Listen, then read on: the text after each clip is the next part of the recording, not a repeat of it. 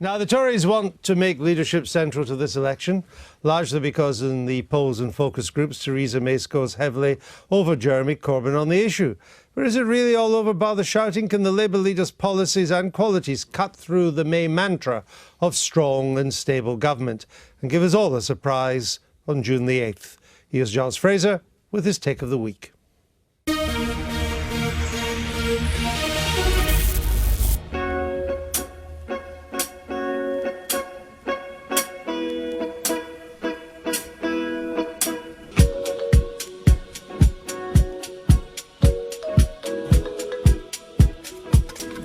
I do love pottering around in the vicarage garden, doing the weeding, helping make things grow. And when I'm out here with time to think and my hands covered in earth, I do feel I get a wider perspective on the things that matter most in life. The importance of everyone living on this planet peacefully. The importance of there being enough to go round. Big, basic things. Do you know, maybe that's why I'm a fan of Jeremy Corbyn. He's not like one of those politicians that's just stepped out of an investment bank, and he doesn't look like he's been on one of those media courses either. He reminds me of one of the 17th century diggers who go on about the earth being a common treasury for all. And I really like that. He seems like an ordinary bloke concerned with ordinary people. He's often got the lowest expenses of any other parliamentarian, and for me he's clearly got the well-being of the poor and the disadvantaged very much at heart. And you know what, I trust him. I trust him not to start stupid wars. I trust him to try and get rid of nuclear weapons, and I trust him not to represent the interests of big business.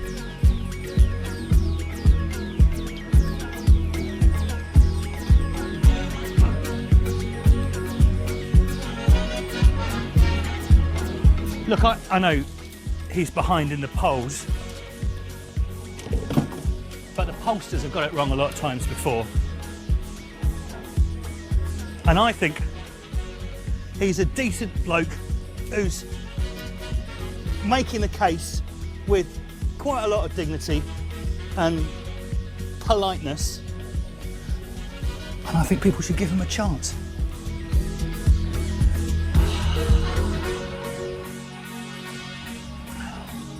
The rose has always been popular with socialists, and though this one's a bit battered, they're remarkably hardy plants and they'll survive and flourish in the most difficult of circumstances.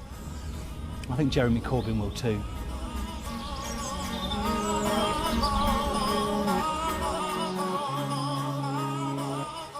And Giles Fraser is with us now. Welcome to the programme. Where has Mr Corbyn's brand of socialism worked? Well, I hope it's going to work here. But where has it worked elsewhere? Well, I think it's a brand for the future. Actually, I think we're in a time when we really need someone to start talking about common ownership, about a preference for the poor. I think we desperately need someone to start talking about how we make peace around the world. But there's no precedence for this? Well, I think he's the person that could do it. I mean, But it hasn't been tried anywhere else? There isn't anybody quite like Jeremy Corbyn, I can't think of. And no, I can't think of anybody quite like Jeremy Corbyn. It hasn't been a popular sort of politics, and I'd like to see it more popular. So you want the country to put faith in a man who's been in politics for 40 years or so, but never been in power, with a blueprint that has no precedence? Yes, I would like to see something change. I mean, that's what it is. That's where it is to change. And I think that things have got so wrong in this country, and so out of whack, that we're desperate for something different. And I trust him, you know. I trust him that he has the interests of ordinary people at heart. As I say in the film, I trust him that he's not going to start stupid wars, or he's going to try and reduce dependency on nuclear weapons, that he's not in the pocket of business. Well, you say that, but it's really important. It's not Labour policy to end the nuclear deterrent. No, I said I was rather careful in my construction there. I said I trust him to to argue for it. I mean, he clearly wants to end it. He has a difference with his party, and I'm with him on that. But he'll be elected on a manifesto of keeping the nuclear deterrent. Yeah, well, I'm.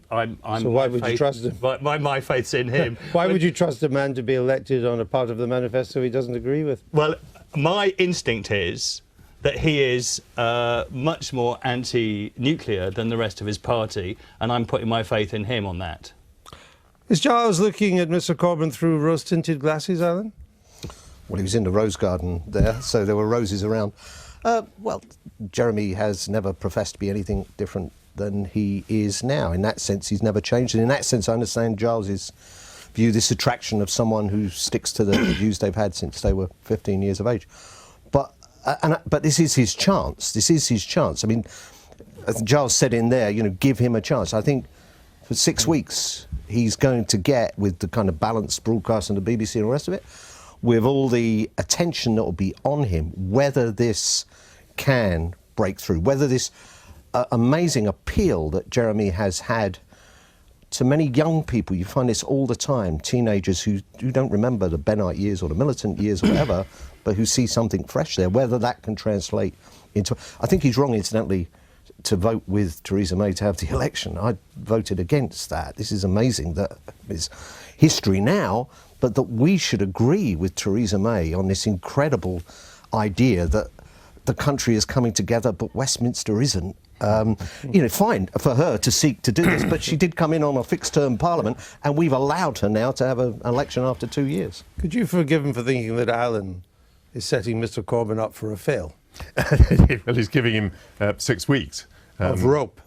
Yes, McCluskey the other day was willing to give him 15 months, but that was before we knew there was going to be a general election. I think Alan's right. He has got 6 weeks. I mean, Giles's film was touching. I was moved by it. It was the best effort that can be made to argue for Jeremy Corbyn. It's just a pity that Giles isn't a member of Parliament, because the vast majority of Labour members of Parliament have expressed no confidence in him. Day after day, the people who are Labour spokesmen go on the media. Mr Healy was on this morning, and of course he's asked the rather difficult question, you know, you said before that Jeremy Corbyn can't cut it, and now you're representing Labour Party policy. So, I mean, I think this is going to be a continual difficulty during the election, that even the people who are in the shadow cabinet now have resigned from the shadow cabinet in the past, and most of them have a clear record of saying that this man cannot be a leader. Well, you're right, and it's really problematic. And I mean, I don't know whether Jeremy Corbyn has to go, even if he loses this election. I'm not entirely sure that's right. I mean, I think he's been undermined by many people within his party, and I think it's incredibly difficult to be a leader of a political party if all of your MPs just constantly stabbing you in the back. Let me bring you back, though, to some of the issues that Mr Corbyn's raised. Before you can redistribute wealth to the poor, you need to create it. What evidence do you have that Mr Corbyn knows how to create wealth? Well, I mean, the other way of looking at it is to say that we'd be a more equal but a poorer society. I'd be happy with us being a more equal but a poorer society. So, and I think equality... That's an election-winning slogan? No, it's not an election-winning slogan. I mean, I'm not standing for election. I'm saying I'm happier. But even if we wanted to be poorer, if you're going to redistribute wealth, you need to create it to do it. How do we know that Mr Corbyn knows how to create wealth? Well, no, Mr Corbyn wouldn't be the one that's creating wealth. I mean, it's the wealth creators out in the country that say wealth creators. But he'll set the conditions. Absolutely, but it's not just. We have this obsession that that we have to let these people who apparently make the money. I mean, actually, wealth is not something that's sort of made by entrepreneurs.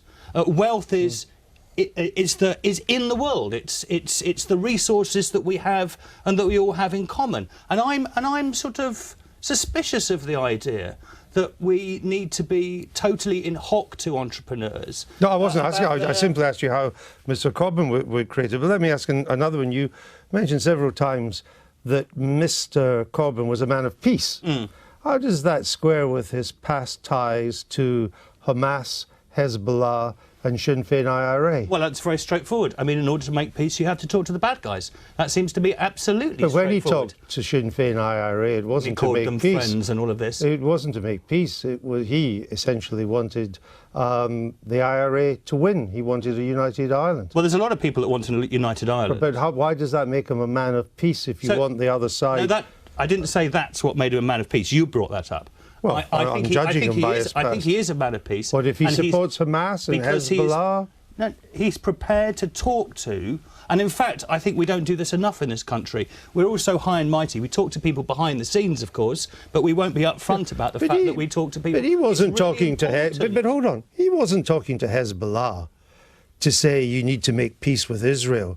You need to get round the table. He didn't talk Of course, to that's Hezbollah for that's the that. long-term aim of the contacts that he would The have short-term aim was to drive Israel into the sea. Does that sound like No, a man of peace? That's not his aim. I'm at not all. saying it was That's his, but absolutely I'm not his saying that was long-term his. aim. I'm saying that was Hezbollah And- and Hamas. So the question is, do we keep our hands clean by never talking to the baddies, or do we make peace and dirty our hands by doing it, and actually there's a much better outcome for everybody? I actually think too many politicians are squeamish about talking to the baddies, and we don't make peace because of it.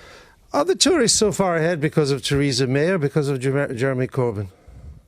Well, a little bit of both. But when I first saw there was going to be an election, I thought to myself, it'll be a crushing Tory victory. And then I suddenly thought, no, that's not right. It'll be a crushing Labour defeat. So I think, the principal factor will be the poor performance of the Labour Party. That having been said, I'm quite struck by a level of contentment in the country that there seems to be with this Prime Minister, who in a short period of time has given an impression of strength and has not committed, I think, the Cameron mistake of just being too mouthy. She's hardly said a thing. Isn't the key, or done a thing? Isn't the key word there impression?